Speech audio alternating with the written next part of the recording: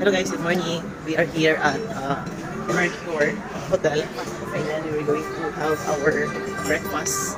So, tingnan natin ngayon kung gaano kaganda ang breakfast place. Okay. So, tingnan natin yung mga food from cookies. Yeah. This is my favorite. This one, plain croissant. Garlic. This Mali kwe. Mali traditional kwe.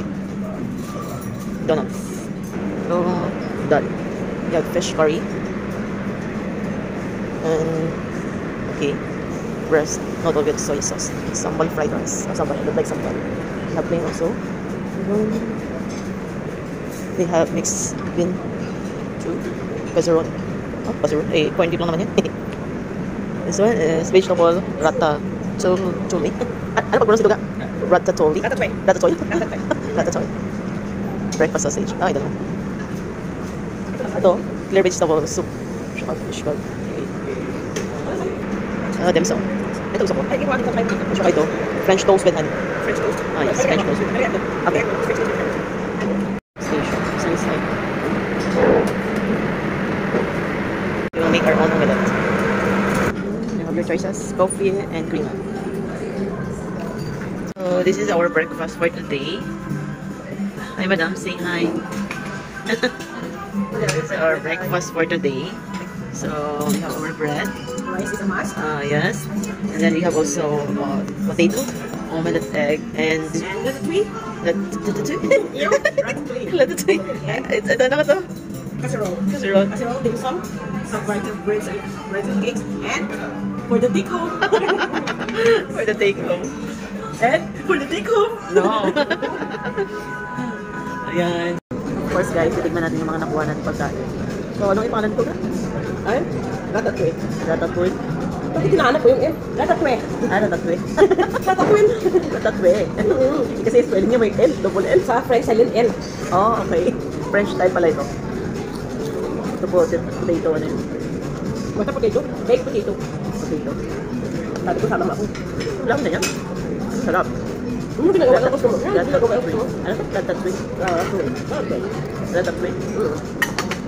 Ang hirap naman ito. Parang Kasunod, huwag ka na kumain yan. egg lang naman ito na may konting, ano ba ito? Ano? May talong. Parang vegetables. Ratatouille. Ratatouille. Ito yung ginagawa ng customer ko. Ito, parang corned beef lang naman ito. Ito, Danish pastry. Masarap ito. Lasang pilot. Lasang pilot na ito. Of course, our favorite omelette. May, ano siya? Libre itlog.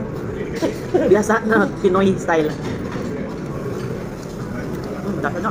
Tapos na ako kumain. Tapos ako, ang kinuha ko. Wala na, lapos na siya. Sabi dito sa English, anchovy, crunchy anchovies. Yung pala alam ko, baringon lang gali. May anchovies pa ba? Baringon lang na sa amon. Nakala ko natikman ko yung mga pagkain. Tapos, dito kami ng chicken sa Mercure. Malapit sa Mars. Natin special sa kinuha ko. Mga biyasa, Malay food. Yung kinuha niya Malay food. Yeah. Kumuha lang ako ng sambal, fried rice, chicken sausage. Walang kalaban dito. Yung una mo yung parang ano, yung pansit nila. Yung basa. Oo. Sarap ito. Pero hindi ko damukha ng gamay. Kumuha ka na ng fruits.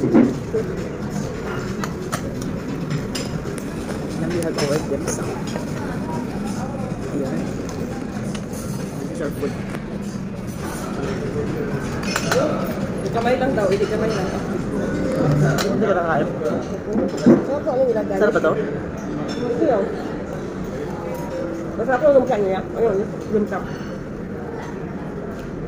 Malay style. Dati pansit naman ito. Bihon. Dito wala, normal lang siya. Magulay na konti. Tapos, yun lang.